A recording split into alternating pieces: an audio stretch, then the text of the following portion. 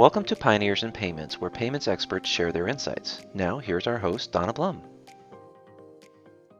Hello, everyone, and welcome to this edition of Pioneers in Payments. Today, I have the pleasure of speaking with Reed Luhtanen from the Faster Payments Council. Welcome, Reed. Hi, thanks for having me, Donna. It's great to see you. Good to see you too. Reed, would you kind of start us off by just telling our audience a little bit about yourself, your background in the payments industry, and the work that you do at the Faster Payments Council? Yeah, absolutely. Happy to. As you mentioned, I'm Reed Luhtanen, Executive Director of the U.S. Faster Payments Council. First, I'll talk a little bit about the FPC and then a little bit about myself.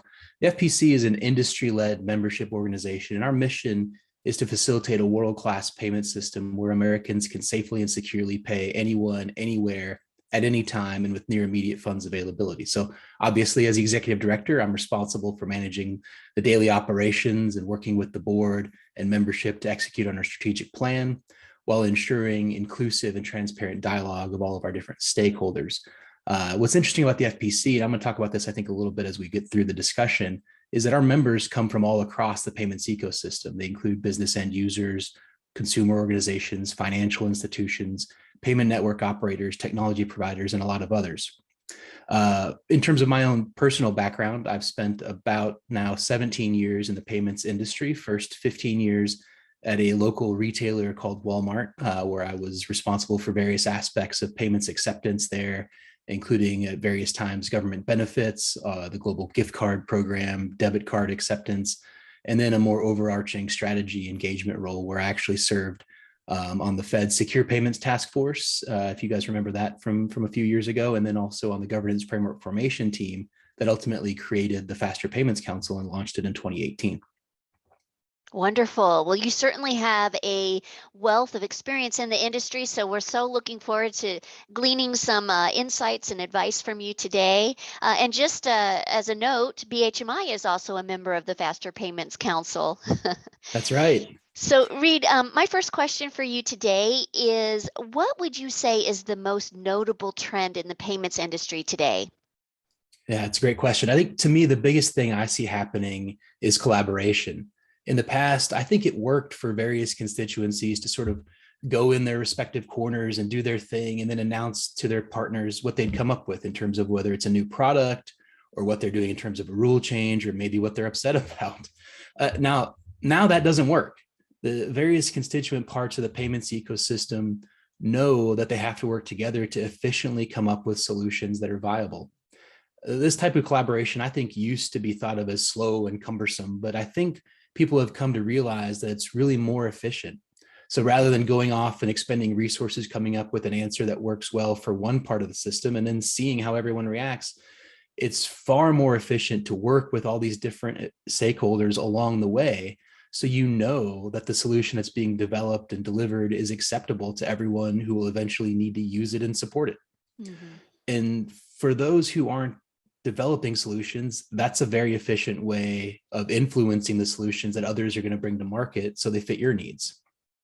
So increasingly, when this is beyond payments, I think success is determined as much by the how as by the what.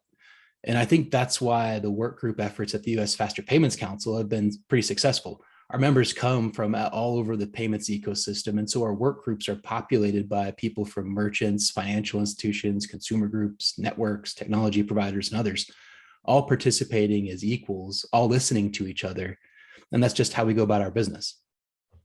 I think that's fantastic. Obviously, with all of the innovation and changes in the payments industry, we're all in sort of the same boat trying to navigate this payments landscape. And, if one organization has already been there and has already found a really great solution and is able to share that with others, that kind of collaboration is just really valuable, sharing lessons learned, best practices. And so everybody in the industry can benefit from that. Yeah, absolutely. Well, my second question for you then is, as you're taking a look at the entire payments industry, what would you say today is the greatest opportunity for organizations that process payments? Yeah, I think there's a huge opportunity for payment processors who have traditionally focused on card-based solutions to add instant payments, such as RTP and then FedNow when it launches to those product sets.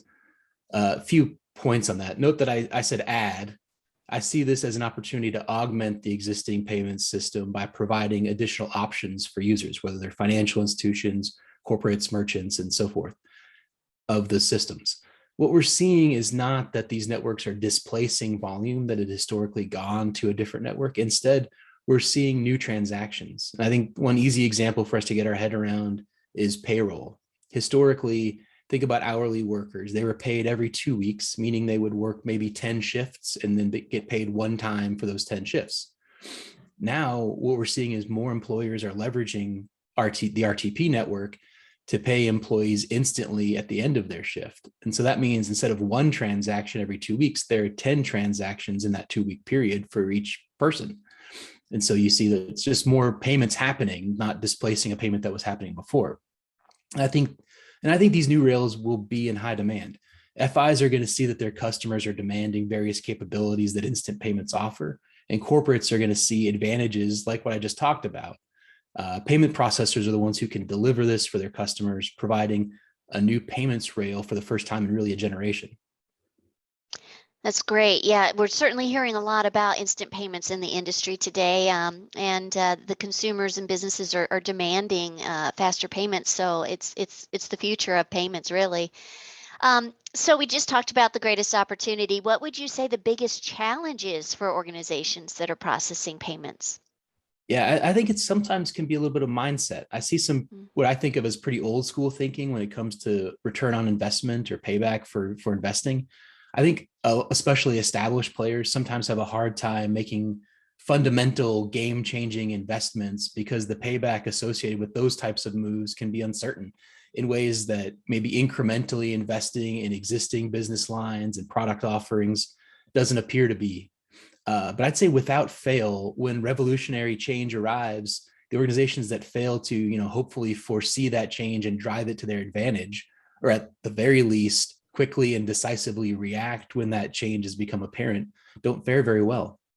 On one hand, legacy providers have a tremendous potential advantage to be leaders and drive the conversation here, to harness the potential of these new payment services to create dynamic 21st century offerings for their customers.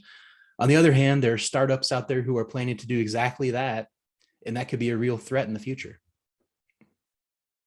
I agree. It's sort of adapt or you don't exist any longer. So it's kind of requires that we embrace the future and that we innovate. So, Reed, my final question for you is if you were going to give one piece of silver bullet advice to organizations that are processing payments, what would that be? Yeah, I think what I'm going to say are a couple of things that maybe sound a bit contradictory of each other. And I think they're both true. And I'm going to let people watching decide whether this amounts to a silver bullet. First, and I think this is something that sort of sounds sort of trite, but it's true. Listen to your customers. They're telling you what their pain points are. They're telling you what they don't like with their existing payments. Maybe it's too slow. Maybe it's too expensive. Maybe they have issues with reconciliation.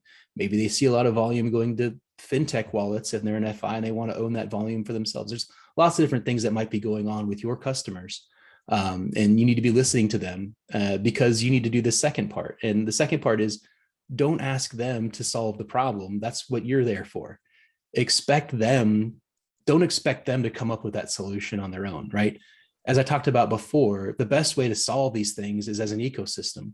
So bring them into a forum where cross-segment collaboration is enabled. So the solution to their problem is one that will ultimately work not only for you and for them, but also can get adoption from other market participants that you need. So for example, if the client's a merchant, you'll need financial institutions, networks, and consumers to buy in.